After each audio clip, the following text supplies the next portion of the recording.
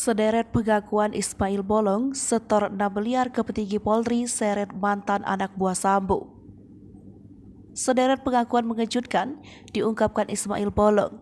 Ia pun akhirnya mengurai klarifikasi terkait pengakuan dirinya pernah menyetorkan miliaran uang kepada perwira tinggi Polri. Dalam tayangan video yang beredar, Ismail Bolong disebut sebagai pengepul bisnis tambang ilegal di Kalimantan Timur. Video pengakuan itu Ismail Bolong ternyata ia buat sejak Februari 2022. Ismail Bolong mengaku saat itu ia dalam posisi diintimidasi. Pertama, setor uang 6 miliar rupiah kepada petinggi Polri. Dalam video pengakuannya, Ismail Bolong menyebutkan koordinasi yang dilakukan dengan petinggi Polri itu dilakukan dengan menyetor uang 6 miliar rupiah. Ismail Bolong 3 kali menyetor uang 6 miliar kepada petinggi Polri tersebut. Uang tersebut diserahkan langsung kepada Komjen Agus Andrianto di ruang kerja beliau setiap bulannya.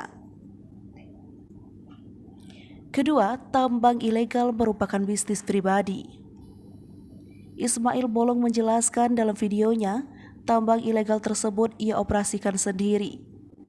Ia mengklaim tidak ada campur tangan atau perintah dari atasannya. Menurut sejumlah pemberitaan sebelumnya, Ismail Bolong disebutkan sebagai mantan anggota Polri di Poltabes Samarinda, Kalimantan Timur. Ketiga, setor uang 200 juta rupiah ke Polres Bontang. Selain menyetor uang 6 miliar rupiah kepada petinggi Polri, Ismail Bolong juga menyetor uang 200 juta ke Polres Bontang. Ia juga mengaku mengenal Tampoli, orang yang pernah menjual batu bara ilegal yang telah ia kumpulkan kepada saudari Tampolin sejak bulan Juni 2020 sampai dengan bulan Agustus tahun 2021.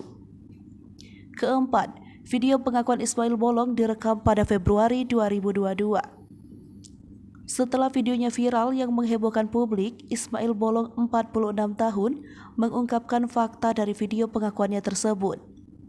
Video pengakuan itu ternyata ia buat sejak Februari 2022.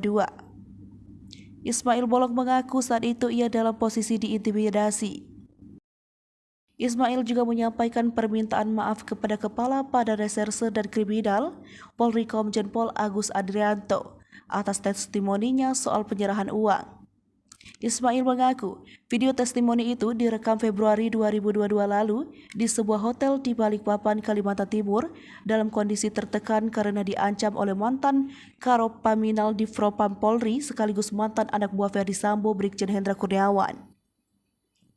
Ia heran video tersebut beredar saat adanya sidang kasus Ferdi Sambo dan Brigjen Hendra Kurniawan. Kelima, Ismail Bolong mengaku ia tertekan saat membuat video pengakuan. Ismail Bolong mengaku dirinya berada dalam kondisi tertekan ketika membuat video pengakuan tersebut. Ia mengatakan perekam video itu adalah anggota Paminal dari Mabes. Video itu direkam melalui ponsel iPhone milik 1 dari 6 anggota Paminal Mabes yang datang khusus dari Balikpapan.